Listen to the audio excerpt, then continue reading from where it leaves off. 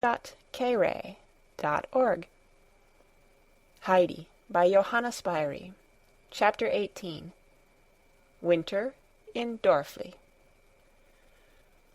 The snow was lying so high around the hut that the windows looked level with the ground, and the door had entirely disappeared from view. If Alm Uncle had been up there, he would have had to do what Peter did daily, for fresh snow fell every night. Peter had to get out of the window of the sitting-room every morning, and if the frost had not been very hard during the night, he immediately sank up to his shoulders almost in the snow, and had to struggle with hands, feet, and head to extricate himself. Then his mother handed him the large broom, and with this he worked hard to make a way to the door. He had to be careful to dig the snow well away, or else as soon as the door was opened, the whole soft mass would fall inside, or, if the frost was severe enough, it would have made such a wall of ice in front of the house that no one could have gone in or out, for the window was only big enough for Peter to creep through. The fresh snow froze like this in the night sometimes, and this was an enjoyable time for Peter, for he would get through the window on to the hard, smooth, frozen ground, and his mother would hand him out the little sleigh, and he could then make his descent to Dorfli along any route he chose, for the whole mountain was nothing but one wide, unbroken sleigh road. Alm Uncle had kept his word, and was not spending the winter in his old home. As soon as the first snow began to fall, he had shut up the hut and the outside buildings, and gone down to Dorfli with Heidi and the goats. Near the church was a straggling, half-ruined building, which had once been the house of a person of consequence. A distinguished soldier had lived there at one time. He had taken service in Spain, and had there performed many brave deeds and gathered much treasure. When he returned home to Dorfli, he spent part of his booty in building a fine house, with the intention of living in it. But he had been too long accustomed to the noise and bustle of arms and the world to care for a quiet country life, and he soon went off again, and this time did not return. When, after many long years, it seemed certain that he was dead, a distant relative took possession of the house, but it had already fallen into disrepair, and he had no wish to rebuild it. So it was let to poor people, who paid but a small rent, and when any part of the building fell, it was allowed to remain. This had now gone on for many years.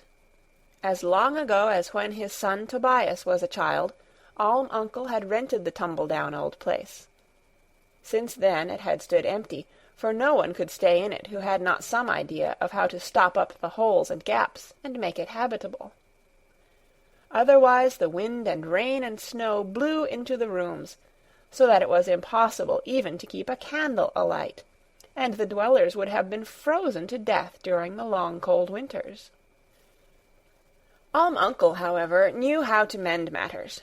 As soon as he made up his mind to spend the winter in Dorfli, he rented the old place, and worked during the autumn to get it sound and tight.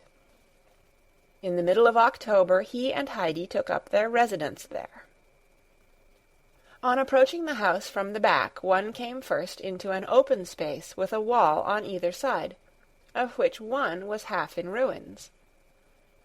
Above this rose the arch of an old window thickly overgrown with ivy, which spread over the remains of a domed roof that had evidently been part of a chapel. A large hall came next, which lay open, without doors, to the square outside.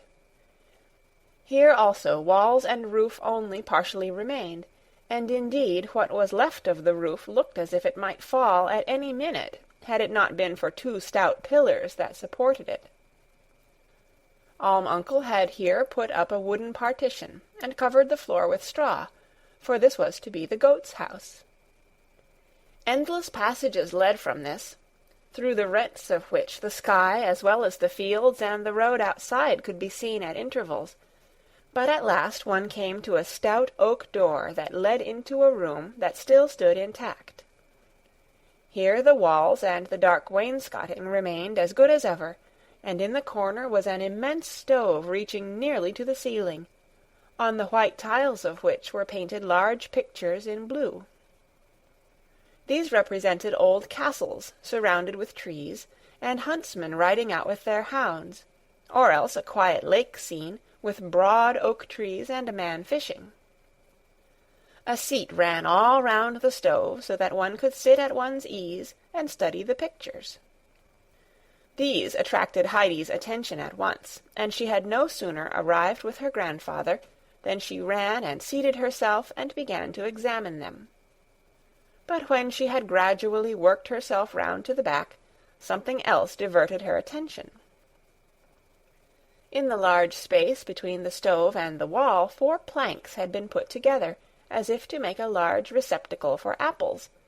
There were no apples, however, inside, but something Heidi had no difficulty in recognizing, for it was her very own bed, with its hay mattress and sheets and sack for a coverlet, just as she had it up at the hut. Heidi clapped her hands for joy, and exclaimed, "Oh, grandfather, this is my room. How nice! But where are you going to sleep?" "Your room must be near the stove, or you will freeze," he replied. "But you can come and see mine too." Heidi got down and skipped across the large room after her grandfather, who opened a door at the farther end leading into a smaller one, which was to be his bedroom. Then came another door. Heidi pushed it open and stood amazed, for here was an immense room like a kitchen, larger than anything of the kind that Heidi had seen before. There was still plenty of work for the grandfather before this room could be finished, for there were holes and cracks in the walls through which the wind whistled, and yet he had already nailed up so many new planks that it looked as if a lot of small cupboards had been set up round the room.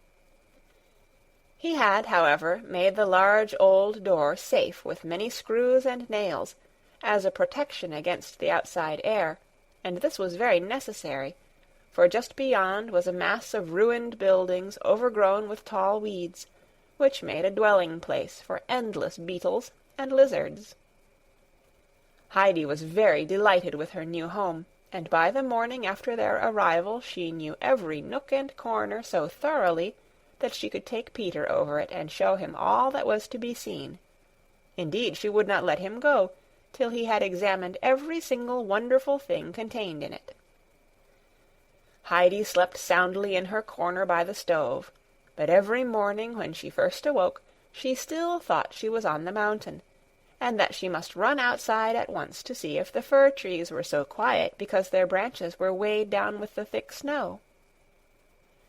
She had to look about her for some minutes before she felt quite sure where she was, and a certain sensation of trouble and oppression would come over her as she grew aware that she was not at home in the hut.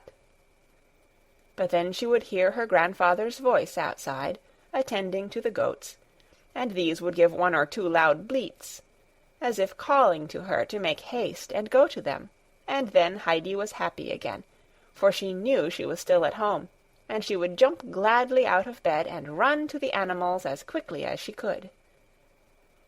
On the 4th morning, as soon as she saw her grandfather, she said, "I must go up and see grandmother today. She ought not to be alone so long." But the grandfather would not agree to this. "Neither today nor tomorrow can you go," he said. "The mountain is covered fathom deep in snow, and the snow is still falling. The sturdy Peter can hardly get along. A little creature like you would soon be smothered by it, and we should not be able to find you again. Wait a bit till it freezes. Then you will be able to walk over the hard snow." Heidi did not like the thought of having to wait, but the days were so busy that she hardly knew how they went by. Heidi now went to school in Dorfli every morning and afternoon, and eagerly set to work to learn all that was taught her. She hardly ever saw Peter there, for as a rule he was absent. The teacher was an easy-going man who merely remarked now and then, "Peter is not turning up today again, it seems, but there is a lot of snow up on the mountain, and I dare say he cannot get along." Peter, however, always seemed able to make his way through the snow in the evening when school was over, and he then generally paid Heidi a visit. At last, after some days, the sun again appeared, and shone brightly over the white ground, but he went to bed again behind the mountains at a very early hour, as if he did not find such pleasure in looking down on the earth as when everything was green and flowery. But then the moon came out clear and large, and lit up the great white snow-field all through the night, and the next morning the whole mountain glistened and sparkled like a huge crystal. When Peter got out of his window as usual, he was taken by surprise, for instead of sinking into the soft snow, he fell on the hard ground, and went sliding some way down the mountain-side like a sleigh before he could stop himself.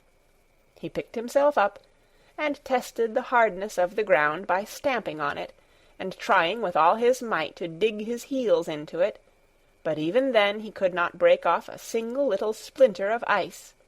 The alm was frozen hard as iron. This was just what Peter had been hoping for, as he knew now that Heidi would be able to come up to them. He quickly got back into the house, swallowed the milk which his mother had put ready for him, thrust a piece of bread in his pocket, and said, "I must be off to school." "That's right. Go and learn all you can," said the grandmother encouragingly. Peter crept through the window again. The door was quite blocked by the frozen snow outside, pulling his little sleigh after him, and in another minute was shooting down the mountain. He went like lightning, and when he reached Dorfli, which stood on the direct road to Maienfeld, he made up his mind to go on further, for he was sure he could not stop his rapid descent without hurting himself and the sleigh too. So down he still went till he reached the level ground, where the sleigh came to a pause of its own accord. Then he got out and looked round. The impetus with which he had made his journey down had carried him some little way beyond Maienfeld. He bethought himself that it was too late to get to school now, as lessons would already have begun, and it would take him a good hour to walk back to Dorfli. So he might take his time about returning, which he did, and reached Dorfli just as Heidi had got home from school, and was sitting at dinner with her grandfather. Peter walked in, and as on this occasion he had something particular to communicate, he began without a pause, exclaiming as he stood still in the middle of the room, "She's got it now." "Got it? What?" asked the uncle. "Your words sound quite warlike, General." "The frost," explained Peter. "Oh, then now I can go and see grandmother," said Heidi joyfully, for she had understood Peter's words at once. "But why were you not at school, then?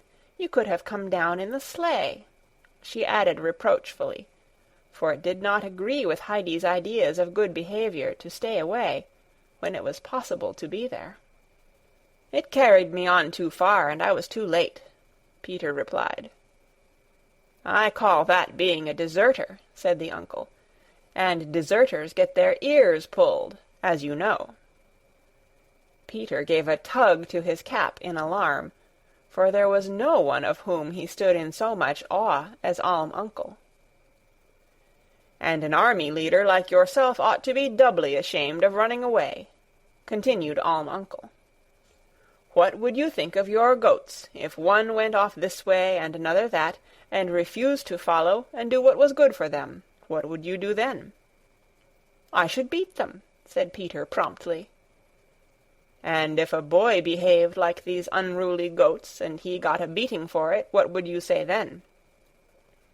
"Serve him right," was the answer. "Good. Then understand this. Next time you let your sleigh carry you past the school when you ought to be inside at your lessons, come on to me afterwards, and receive what you deserve." Peter now understood the drift of the old man's questions, and that he was the boy who behaved like the unruly goats, and he looked somewhat fearfully towards the corner to see if anything happened to be there such as he used himself on such occasions, for the punishment of his animals. But now the grandfather suddenly said in a cheerful voice, "Come and sit down and have something, and afterwards Heidi shall go with you. Bring her back this evening, and you will find supper waiting for you here." This unexpected turn of conversation set Peter grinning all over with delight. He obeyed without hesitation and took his seat beside Heidi. But the child could not eat any more in her excitement at the thought of going to see grandmother. She pushed the potatoes and toasted cheese, which still stood on her plate, towards him, while Uncle was filling his plate from the other side, so that he had quite a large pile of food in front of him, but he attacked it without any lack of courage. Heidi ran to the cupboard and brought out the warm cloak Clara had sent her. With this on, and the hood drawn over her head, she was all ready for her journey. She stood waiting beside Peter, and as soon as his last mouthful had disappeared, she said, "Come along now."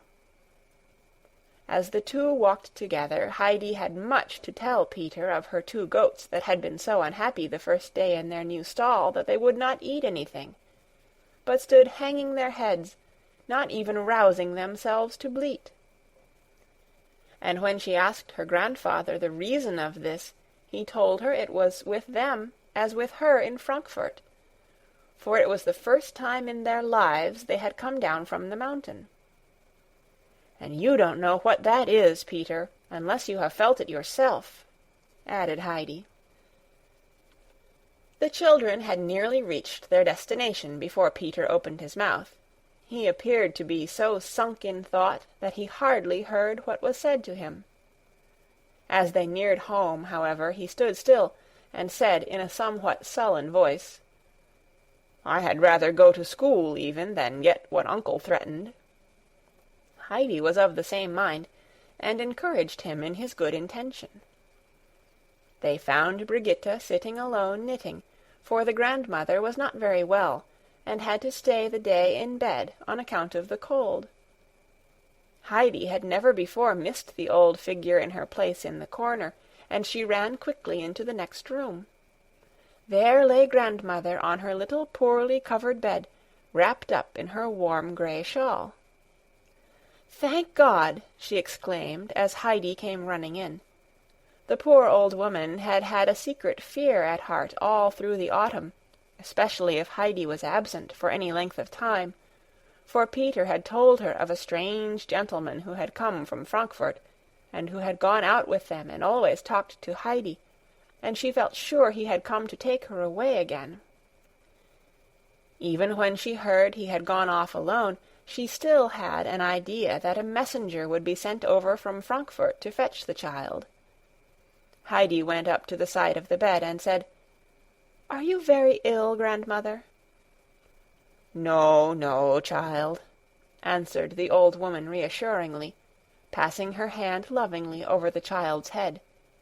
"It's only the frost that has got into my bones a bit." "Shall you be quite well, then, directly it turns warm again?" "Yes, God willing, or even before that, for I want to get back to my spinning. I thought perhaps I should do a little today, but tomorrow I am sure to be all right again." The old woman had detected that Heidi was frightened, and was anxious to set her mind at ease. Her words comforted Heidi, who had in truth been greatly distressed, for she had never before seen the grandmother ill in bed. She now looked at the old woman seriously for a minute or two, and then said, "In Frankfurt everybody puts on a shawl to go out walking. Did you think it was to be worn in bed, grandmother?" "I put it on, dear child, to keep myself from freezing, and I am so pleased with it, for my bedclothes are not very thick," she answered. "But, grandmother," continued Heidi, "your bed is not right, because it goes downhill at your head instead of uphill." "I know it, child. I can feel it." And the grandmother put up her hand to the thin flat pillow, which was little more than a board under her head, to make herself more comfortable. The pillow was never very thick, and I have lain on it now for so many years that it has grown quite flat." "Oh, if only I had asked Clara to let me take away my Frankfurt bed," said Heidi. "I had 3 large pillows, one above the other, so that I could hardly sleep, and I used to slip down to try and find a flat place, and then I had to pull myself up again, because it was proper to sleep there like that. Could you sleep like that, grandmother?" "Oh, yes, the pillows keep one warm, and it is easier to breathe when the head is high," answered the grandmother, wearily raising her head as she spoke, as if trying to find a higher resting place. "But we will not talk about that, for I have so much that other old sick people are without, for which I thank God. There is the nice bread I get every day, and this warm wrap, and your visits, Heidi. Will you read me something today?" Heidi ran into the next room to fetch the hymn book. Then she picked out the favorite hymns one after another, for she knew them all by heart now, as pleased as the grandmother to hear them again after so many days. The grandmother lay with folded hands, while a smile of peace stole over the worn, troubled face, like one to whom good news has been brought. Suddenly Heidi paused. "Grandmother, are you feeling quite well again already?" "Yes, child, I have grown better while listening to you. Read it to the end." The child read on, and when she came to the last words, "As the eyes grow dim and darkness closes round, the soul grows clearer, sees the goal to which it travels, gladly feels its home is nearer." The grandmother repeated them once or twice to herself, with a look of happy expectation on her face. And Heidi took equal pleasure in them, for the picture of the beautiful sunny day of her return home rose before her eyes, and she exclaimed joyfully, "Grandmother, I know exactly what it is like to go home."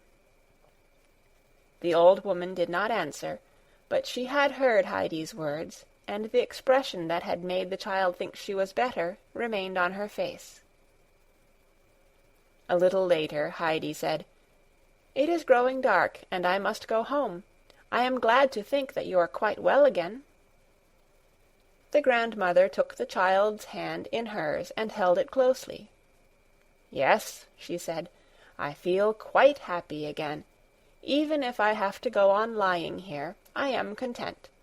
No one knows what it is to lie here alone day after day, in silence and darkness, without hearing a voice or seeing a ray of light. Sad thoughts come over me, and I do not feel sometimes as if I could bear it any longer, or as if it could ever be light again. But when you come and read those words to me, then I am comforted, and my heart rejoices once more." Then she let the child go, and Heidi ran into the next room, and bid Peter come quickly, for it had now grown quite dark. But when they got outside they found the moon shining down on the white snow, and everything as clear as in the daylight. Peter got his sleigh, put Heidi at the back, he himself sitting in front to guide, and down the mountain they shot like 2 birds darting through the air. When Heidi was lying that night on her high bed of hay, she thought of the grandmother on her low pillow, and of all she had said about the light and comfort that awoke in her when she heard the hymns, and she thought, "If I could read to her every day, then I should go on making her better." But she knew that it would be a week, if not 2, before she would be able to go up the mountain again. This was a thought of great trouble to Heidi, and she tried hard to think of some way which would enable the grandmother to hear the words she loved every day. Suddenly an idea struck her, and she was so delighted with it that she could hardly bear to wait for morning, so eager was she to begin carrying out her plan. All at once she sat upright in her bed, for she had been so busy with her thoughts that she had forgotten to say her prayers, and she never now finished her day without saying them. When she had prayed with all her heart for herself, her grandfather, and grandmother, she lay back on the warm, soft hay, and slept soundly and peacefully till morning broke. End of chapter 18. Read by Kara Schallenberg on April 26, 2006, in Oceanside, California.